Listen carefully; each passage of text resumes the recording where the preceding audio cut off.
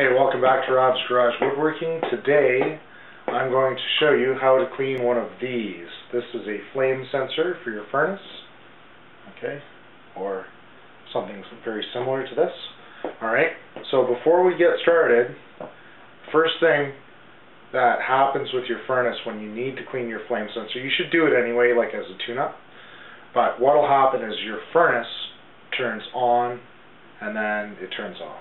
And it turns on and it turns off, and it never warms up. That could be a couple of different reasons.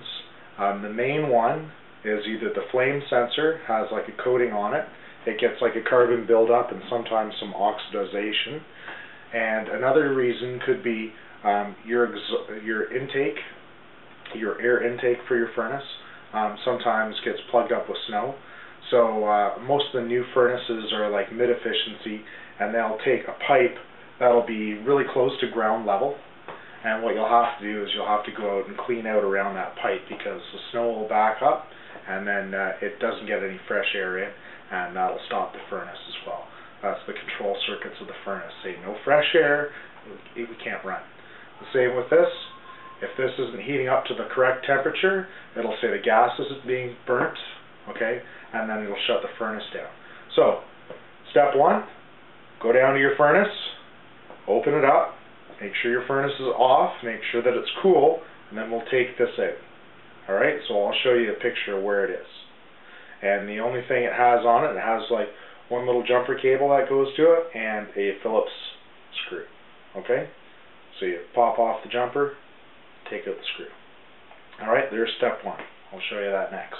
Alright, so that's the flame sensor, the one with the wire, and there's this ceramic piece here, and right down in here there's this little metal bar, okay, and that's the spot that gets oxidization on it, and that's the spot that you have to clean.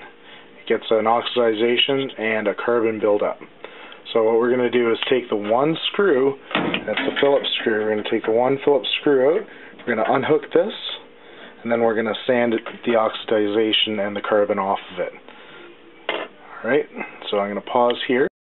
Okay, now step two. I have here some 220 sandpaper. It's good to be like a finer sandpaper. And what we're going to do is, you can see, I don't know if you can see it here, but I can see the color. There's differences in shading on this, and what we're going to do is we're going to sand it down, and you just go back and forth and sand down the entire thing, alright? And basically, that's how you clean it. So you clean it all, you make it all nice and pretty, okay? And then you can reinstall it in your furnace. So I'm going to clean this a little bit more and then reinstall it. But that's basically it.